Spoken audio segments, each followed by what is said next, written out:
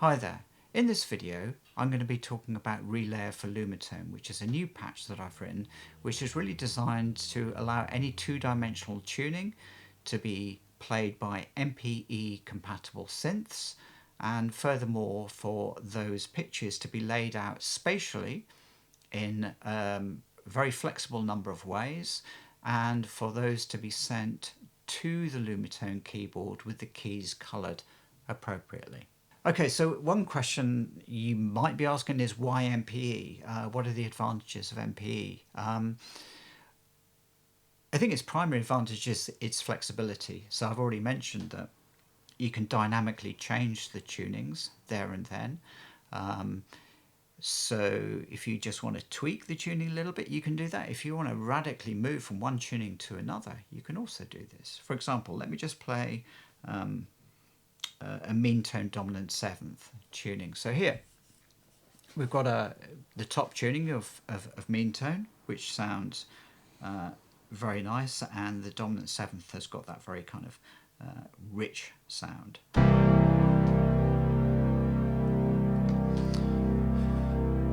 But I can dynamically change the tuning. So let's just bring this down.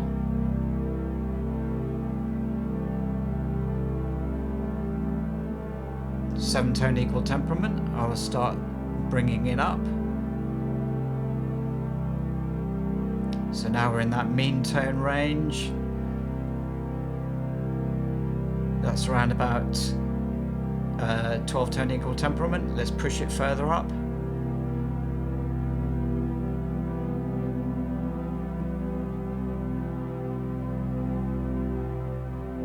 And there we are in 5.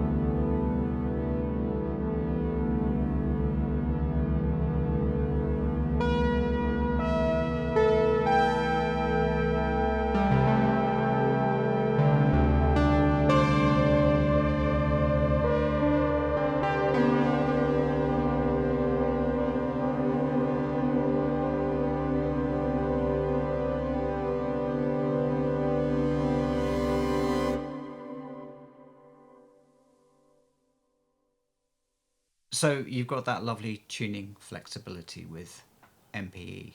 The disadvantage, I suppose, with MPE is that you are limited essentially then to 15 notes of polyphony, although really most of the time that doesn't really seem to be a particularly meaningful limitation, so it works very well. So next up I'm just going to take you through the interface of Relayer and hopefully explain everything that it can do in a fairly coherent manner. I'm not going to go into some of the details in this video. I will follow up with some of those hopefully in future videos.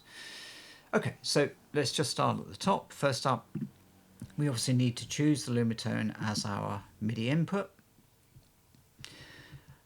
This little button here is quite straightforward. It basically just turns the polyphonic pressure of the Lumatone on and off, or it doesn't turn it off on the Lumatone, it basically just blocks it or allows it through. But there's a nice little thing here which is this taper control, because I generally find with the Lumatone and also other keyboards that the polyphonic pressure kind of engages too quickly. So it's nicer if it just begins to engage a little bit more slowly. That's just my personal preference, and it's also dependent of course on the instrument you're using, but when this value is higher than 1, it will just make those sort of first, or this you know, the shallower pressure less influential. If it's less than 1, it will actually increase the importance of those shallow pressures. Okay, next up is the MIDI out channel. So as before, I've set that to one of the internal macOS MIDI buses. On Windows, I dare say there are other solutions that you can use to actually route MIDI from one application to another. I'm not going to talk about that now. Okay, so then we've got the crucial MPE settings themselves. So we've got this little block here, which basically says which of the channels is the master or the manager channel. Okay, so in MPE it's usually channel 1, sometimes it's channel 16. By default, I mean, you can choose either in Logic, for example, and by default in Ableton Live it's channel 1, although once again you can change that if you want to. Okay, so for the most part you just want this set on 1, and this actually gives you the number of channels that are available. So you can see here we've got this set to 15, which is almost always what you'd want to be setting that to. The reason you may sometimes want to choose a lower value is because some analog synths, the hardware analog synths that is, will actually only listen to a smaller number of channels. So for example, the sequential circuits Prophet 5 or Prophet 6, I can't remember, one of those is an MPE compatible synth, and that listens to channels 2 to 7, I think, or maybe 2 to 6, but whatever. You need to, in that case, reduce this number. Here I've got this system going through this analog synth here, which is an Arturia Polybrute, which actually listens to all 16 channels, although it's 6-note polyphonic. So this works nicely with this, and the audio from this synth is being routed into the door here, into Ableton Live. Okay, so pitch bend range, as I've already mentioned, this just needs to match however you've set up the synths, but 48 is basically the default. Tuning offset, that basically just shifts everything up and down by a certain number of cents, so you can be in tune with other musicians you may be playing with. So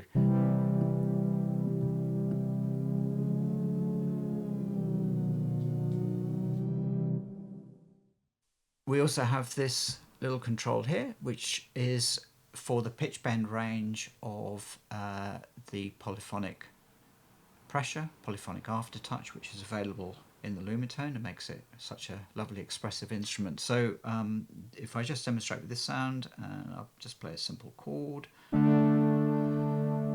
If I press harder on one of the notes, you can hear it gets brighter.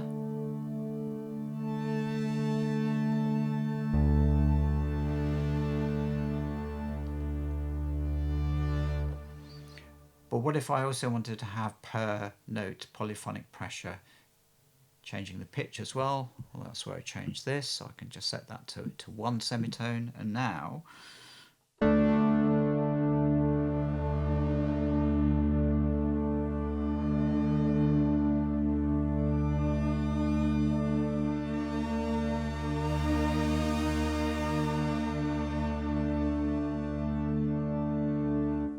okay, so I have independent control of the pitches of each of those notes. Nice for vibrato and bends. So, for example,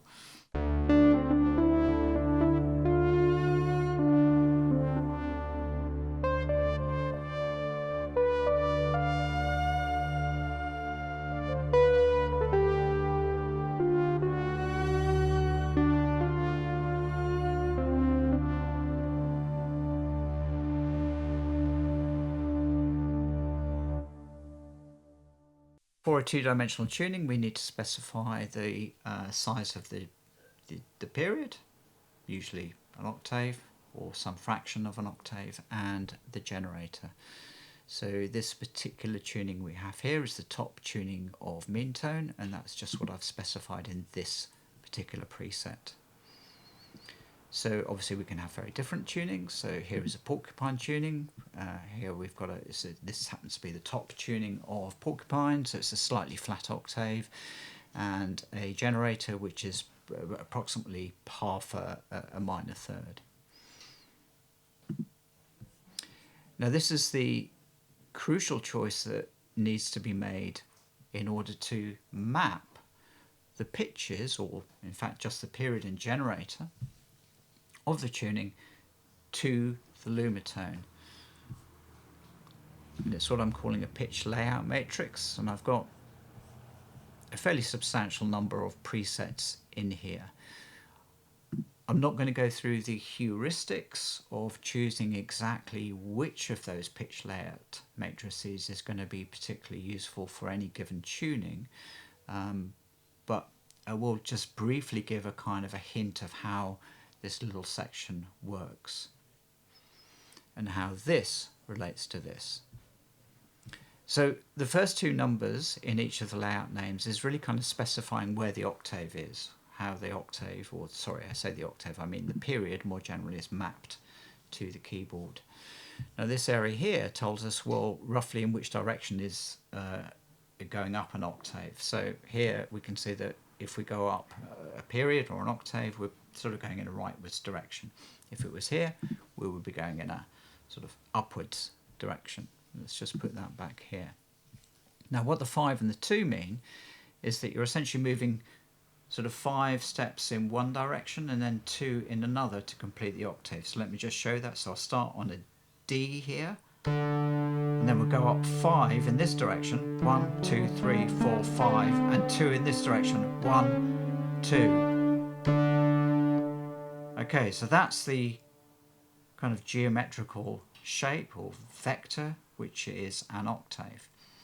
Now the generator is always mapped to essentially another spatial interval such that it is a basis of the entire hexagonal lattice.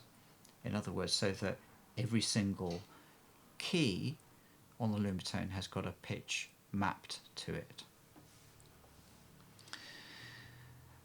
The flip control is a slight adjustment in that it changes the kind of angles upon which you're doing that 5 or that 5 and that 2 in this particular case. So let me just go to a very different layout to show a little bit more how this works. So let me go to this magic layout. And notice how I've just clicked on this preset and it's recalled all of the settings that I want for this. So I've got a very slightly sharp octave, and I've got an almost just intonation, very slightly flat of just intonation major third, which generates once again a top tuning. And I'm just going to send that now to the Lumatone. So you just click on that send to Lumatone, and there we are. Okay, and you see that what I've got now is 2 layouts, one to the left and one to the right, and the reason for that is because I've clicked also, or this is enabled here, this double button. So this double button is very useful with these sort of wiki type layouts which have got this sort of vertical format, because you can then have one for the left hand and one for the right hand. So what we've got here is an octave or a period which is 2 and 1 here. So let's just count up. 1, 2, and 1. So that's specified where our octave is. Remember that we've got this kind of upwards direction here. Now if I click on the flip button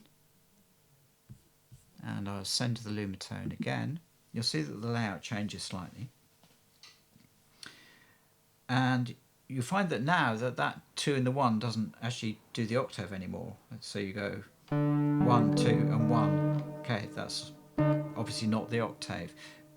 All that's happened is it's just kind of been flipped like in a mirror. So now instead of going 2 in that direction and 1 in that direction, we go 2 in that direction and 1 in that direction. So 1, 2. Okay, so you may think, well, why flip? Is it so you can get octaves in a nice direction? Well, actually, it's not really about that. It's about ensuring that the rest of the pitches go in a familiar direction. So in this unflipped version, if I do what I think might be a sensible way to play a scale, I might go.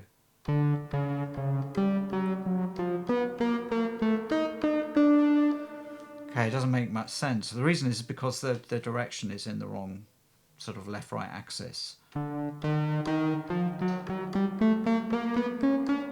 Okay, that kind of makes sense, but it's going in the wrong direction. So if we flip it and go back to the original, this is what's actually saved in the preset, we will now find that everything goes in a kind of sensible direction. In other words, we're going rightwards along roads and then we skip back to the next row above.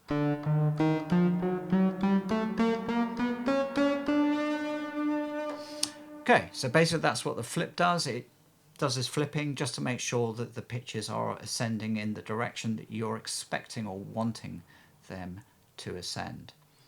Okay, I'm not going to go into the specific heuristics behind choosing a pitch layout matrix that works well for any given tuning. But if you just hover the mouse over the PLM label, I've actually kind of listed them there. Perhaps I'll talk about these in a future video.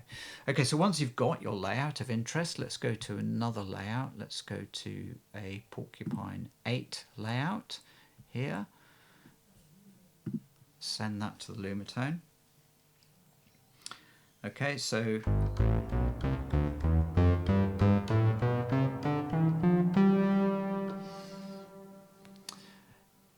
we might think, okay, that's lovely, that's just what I want, but actually I want the pitches to be a little bit higher than they are. Okay, so I could transpose that by, in fact I've already transposed that one down by 1 octave. I could transpose it, or not transpose it, put it back to 0. Now we're 1 octave higher.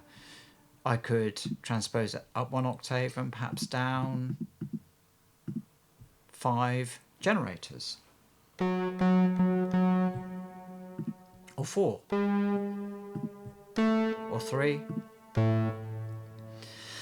Okay, so these particular controls, if I were to now send that layout again, they don't actually affect the layout at all. So basically the layout here is now fixed as far as the colors are concerned, but the pitches underneath them have been shifted by the amount that you've specified here.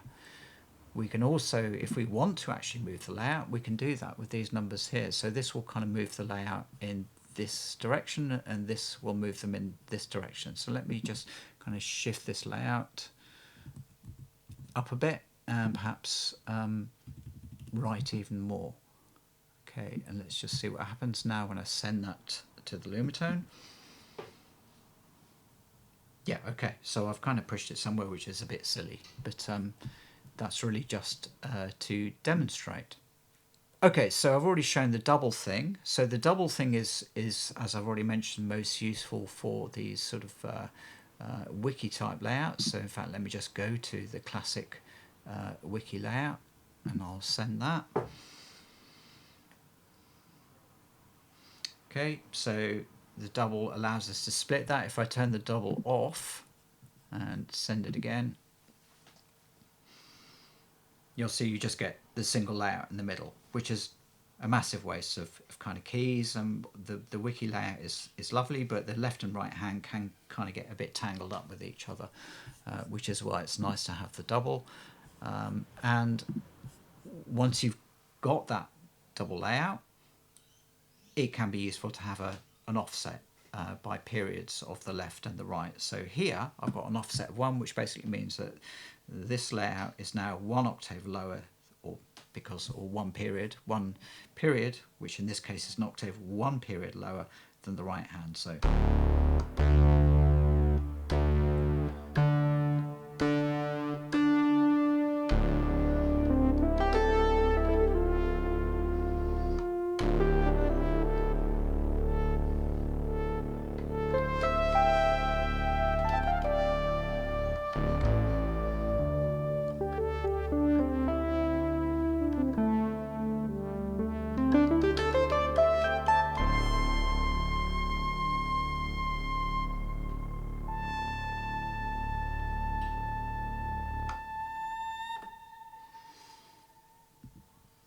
this bottom section here is really about specifying exactly how the keys are going to be coloured.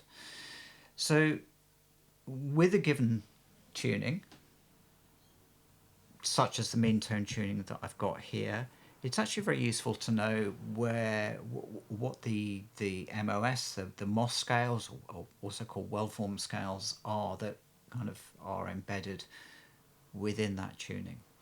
So in fact, let me just make this super simple to start with, and I'm going to set that to 1200, and I'll set this to 700, which obviously corresponds to our familiar 12-tone equal temperament situation. So we've got MOS scales with sizes 2, 3, 5, 7 and 12. As we begin to reduce the size of the generator towards more mean tone like tunings, we can see that we end up with a different sequence of numbers. The first set of numbers are actually the same, but then we end up with higher MOS scales such as 19, 31, 43.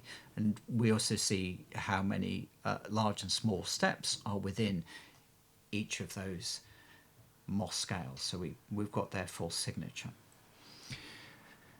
Now, in terms of actually making the layouts easy to see, understand and play, it's really useful to have essentially a separate colour for each of those MOS scales, but such that the lower MOS scales kind of overwrite their colour on top. So in this particular situation, I've got just the central note, essentially the central note in all of these layouts is D. So basically I'm saying that all of the Ds have got this particular colour, but I can change that colour. So in fact, I'll make it green. And the pentatonic scale I've got coloured white. Let me make that some kind of revolting kind of pinky colour. And the diatonic is, let's make that a kind of a green colour. And we'll have our 12 semitones as a kind of pale blue like that. This is probably going to look absolutely horrible, but I will send. Yes, there we are. Okay, it looks repulsive. But that doesn't matter, because obviously I can choose more sensible colours as I initially had. But we don't have to use these numbers. I can change these numbers if I want to. So for example, if I wanted the kind of central 3, which would be G, D and A in a C diatonic scale to be highlighted, then I can just change that to a 3. And let's say I don't want to show the 12s at all. Well, I can just put in a 0, which is essentially just is a way of saying don't bother drawing this one. And I send that again.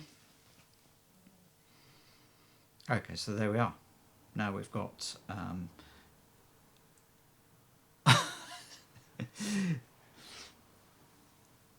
sorry, that looks so confusing. Let me make that red.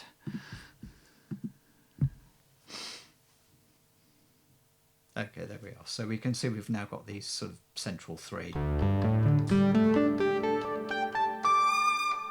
highlighted. And if we want to play the pentatonic, we need to include the pinks. And if we want to play the diatonic, we've got to include the reds.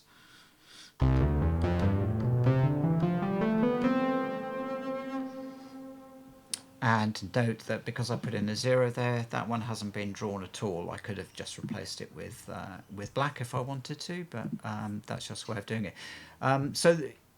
What we can do is we can use these MOS signatures to sort of provide a guide as to what numbers are useful to type into here.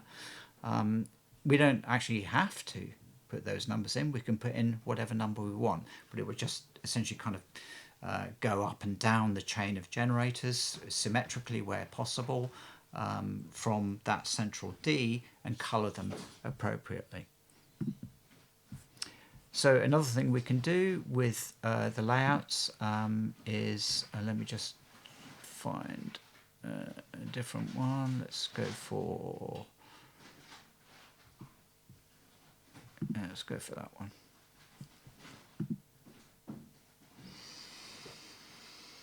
Okay, so this is a Keemun layout, and I might be happy with that, but I might be in a particularly dark environment and I want to just reduce the brightness a little. So I can just turn it down like that, and there we are. So that happens very quickly. And I can bring up the brightness, of course, as well. Okay. Let's put it back to the middle as it was.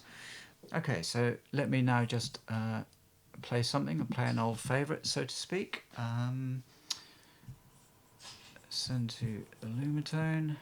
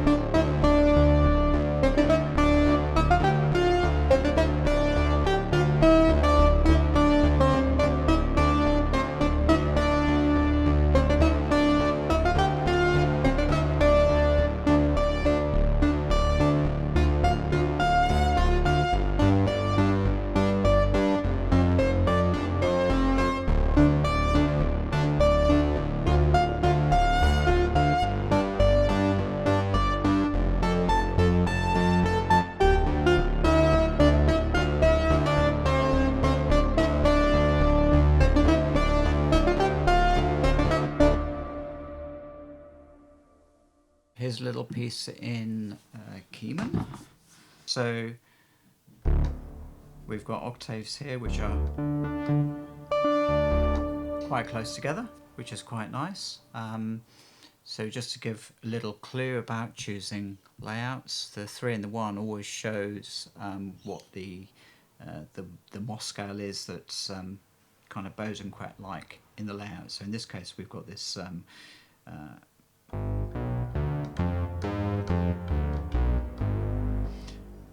4-note scale, which is Bosanquet like.